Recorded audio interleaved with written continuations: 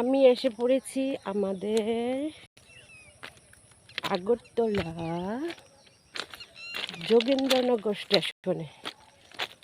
আমি যখন বাড়ি থেকে বেরিয়েছিলাম তখন এক ফোঁটা রোদ ছিল না, এখন অনেক রোদ পড়েছে। ক্যামেরাতে কি আমাকে দেখা যাচ্ছে না কি জানি না, আমি রোদ্র দেখতে পাচ্ছি না।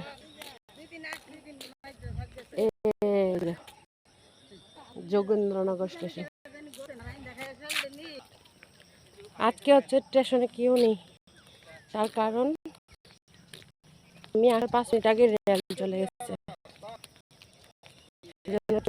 যারা সকালে একটু হাঁটাহাঁটি করে ওরই একমাত্র আছে, আর কেউ নেই।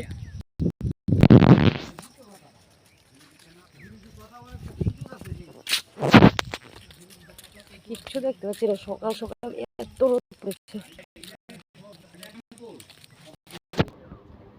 আগে একটুখানি বাতাস খেয়ে নিই, তারপর কথা বলবো।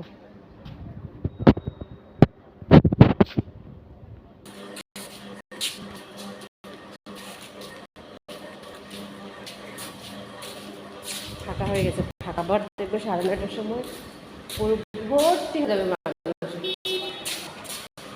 এটাই ছিল যোগেন্দ্রনগর স্টেশন। আর দেখো যে বাহিরটা,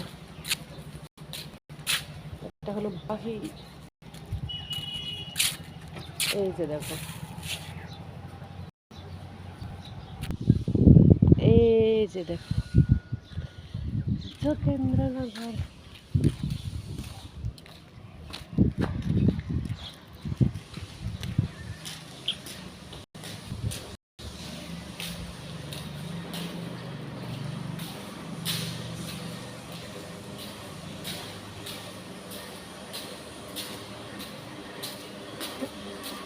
চলো, আমার হাঁটাহাঁটি শেষ।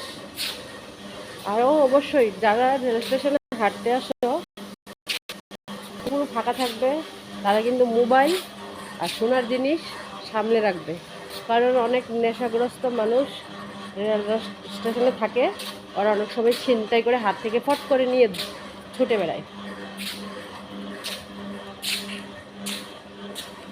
Tata, bye. আমি এটা জানতাম না, আমাকে একজন বলেছে।